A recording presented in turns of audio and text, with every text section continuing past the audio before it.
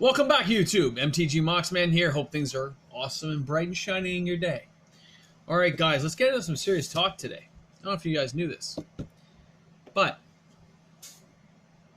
Magic is not everything.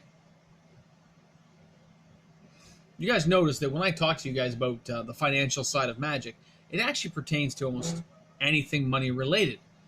How you deal with your money and how you take care of yourself financially for you, your family, friends, and what you care about. So we're going to put this in a little bit of perspective today. Many times I've told you guys when I'm doing my Magic buying, that, you'll hear I'm selling something to pay down some bills or get this ahead or that sort of thing. Well, it's because I'm doing it. I don't just buy Magic. And when I buy Magic, it's not just Mox Amber, right? The other day, you guys who watched, we cracked a pack, and it had the foil Full Art Lands from Battle for Zendikar. Well, for a while there, they were really cheap. I guess right at the end of Battle for Zendikar. So what I did was,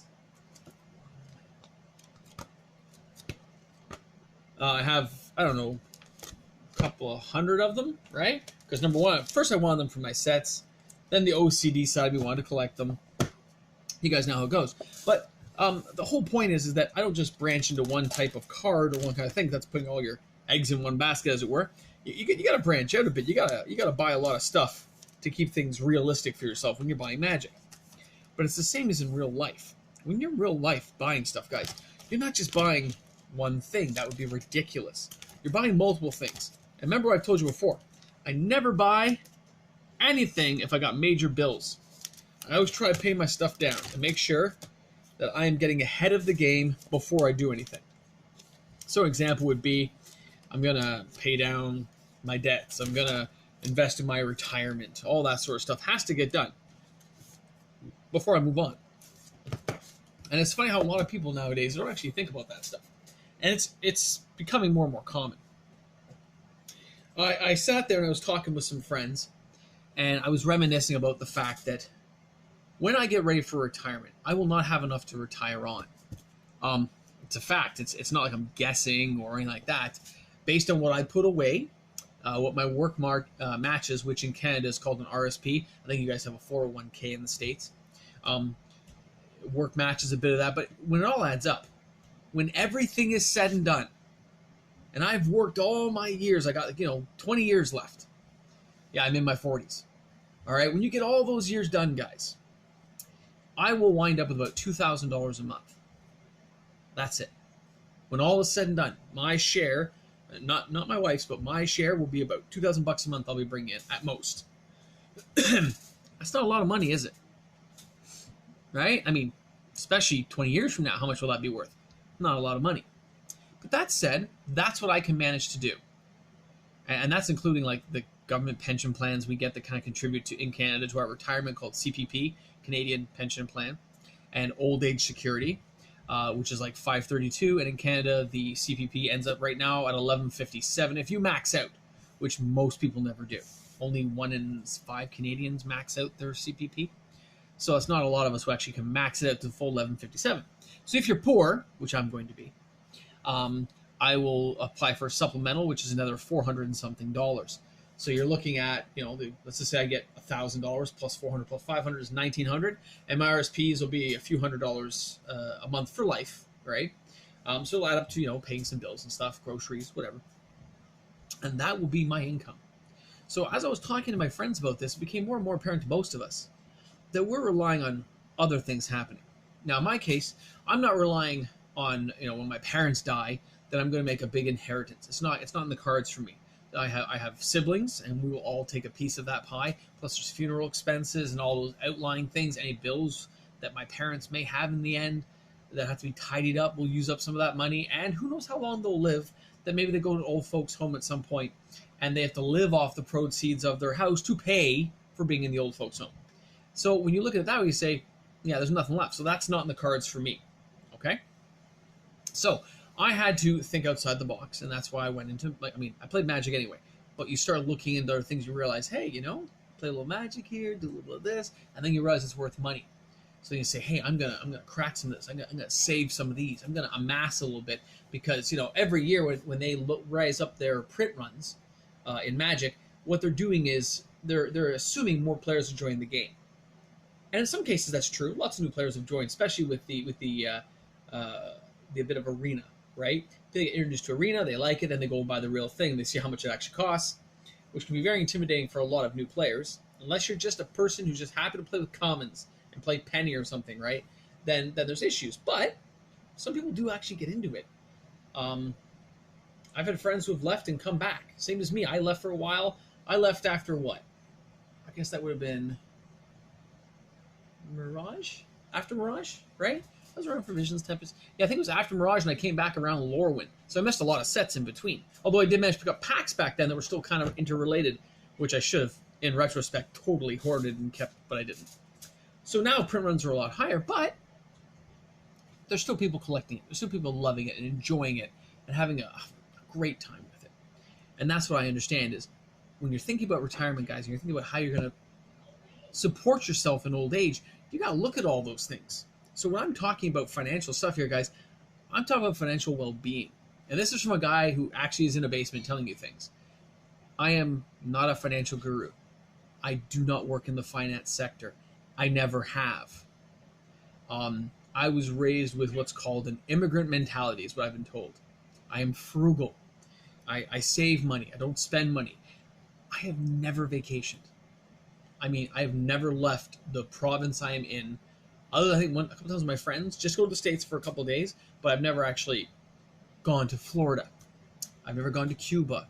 I've never flown a plane because I didn't think that was in the cards for me. I've been saving and paying down bills and trying to expand what I have with my meager income. And that's how it's worked for me. And I got another, 20 years left to go. So even with my current contributions continuing for all those years, the outlook is okay, but not great. And that's okay. I'm not a Rudy guy who's got a lot of money. I don't change my backgrounds all the time. You guys can see it. Same backgrounds over and over. Maybe they change a little bit when I add a new case or something that I've been collecting. And that's fine. Guys, I get it. But for those of you who watch me, and those of you who talk about me to your friends, and say, hey, this guy was talking about this, good for you. Because then you're talking about it, and you're thinking about it. And you're thinking about your financial well-being in the future. Right? In Canada, they say you're supposed to put aside 10% of your after-tax paycheck for retirement every week. So, I don't want to swear or use a curse word here, but I'm thinking it. Because who can put aside 10% of their income? That is insane. I can't even imagine it, guys. It's just, I've never even gotten close. I put away what I can. I invest when I can. I put little bits into stocks and bonds, little tiny bits that I invest personally. I don't have a broker guy or anything, so I don't want to pay the fees. I'm frugal. Right? A lot of times I don't sell my magic cards because I'm afraid they're going to go up again. I got rid of some cards here and there, but I tend to hoard a few anyway, a few sets of stuff. Even if I sold all my Mox Ambers, let's say Mox Amber hit $50, and I sold them all at $45, I guarantee I would still keep a couple of hundred. Because there's a potential for me to say, hey, this could go up again and reach $100, $150, $200. But I'm not a greedy person in the sense like, oh, I wouldn't sell it. Yeah, I'll sell it. Everything's got a price, man. Everything's got a price when it comes to these kind of items. I can't put a price on my family. They can't be replaced. I can replace cards. I can't replace people. Sorry, that's the way it is. So I think of my financial well-being as I'm trying to get things set up for when I retire, for when I get ready to, not work anymore or not work full-time anymore and go to a part-time job or maybe work less hours, which means I'll have less income. All that has to be taken into account. And a lot of people, let's face it, a lot of you guys out there, you're not thinking about it. You're not. You need to branch out if you can into multiple things. Even if you just put a little bit aside and you want to offset your taxes whenever you can. In Canada, you get to write off daycare expenses. You get to write off all kinds of stuff to help out your bottom line. And in the States, you get to write off mortgages. We don't have that in Canada. But our houses are not taxed. There's no capital gains. So when you sell a house in Canada, if it's your primary residence where you live, You don't pay tax on it. You get to take all the money. It's one of the few benefits we still have. And I think there's been some government talk about taking that away, which will just, it's not going to happen. Whoever puts that in gets unelected the next day. But there's been talk about it because, the government wants to get you used to the idea. So back to the whole retirement thing is that the financial well-being, don't eat out a lot. I eat out once a month. I put aside an exact budget for eating out. So if we want to go to a fancier restaurant, I can't eat out that month. I got to save that money, carry it to next month. Right? Use your cashback credit card, but pay your balance every week. So you never have a balance on your card. These are all things you can do to be financially well aware. Argue with a credit card company for a lower interest rate. They're a business like anything else. They don't want to lose your business to somebody else. They will negotiate. Especially if it's, a Visa or a MasterCard. Just say it. So, take that stuff, guys, and think about it. I think about it all the time. I sit there and go, wow, man, another year's gone by. It's 2020. What am I doing now to get myself ahead? I'm trying to finish my car payments. I'm trying to, after the car payments are done, I actually want to renovate this basement.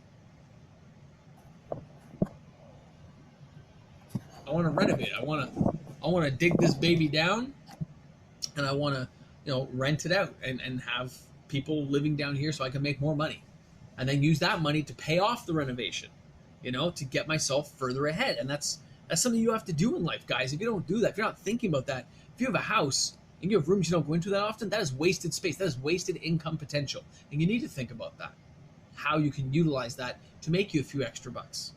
You got extra parking spaces, maybe you can rent those parking spaces out. All that's got to be, just take it into account. Think about it. And if you don't do it, at least think about it once in a while. See what you can do.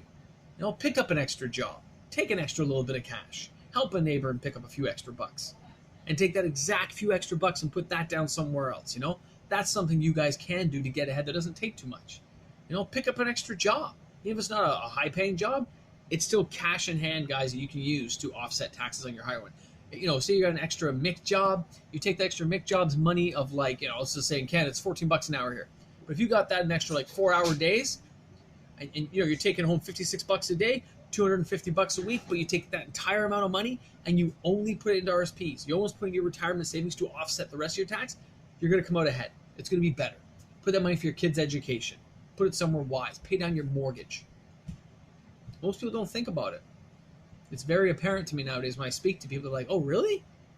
You don't go to Cuba once a year? You don't go to Mexico? Yeah, you haven't gone to Salvador? You haven't gone to the UK?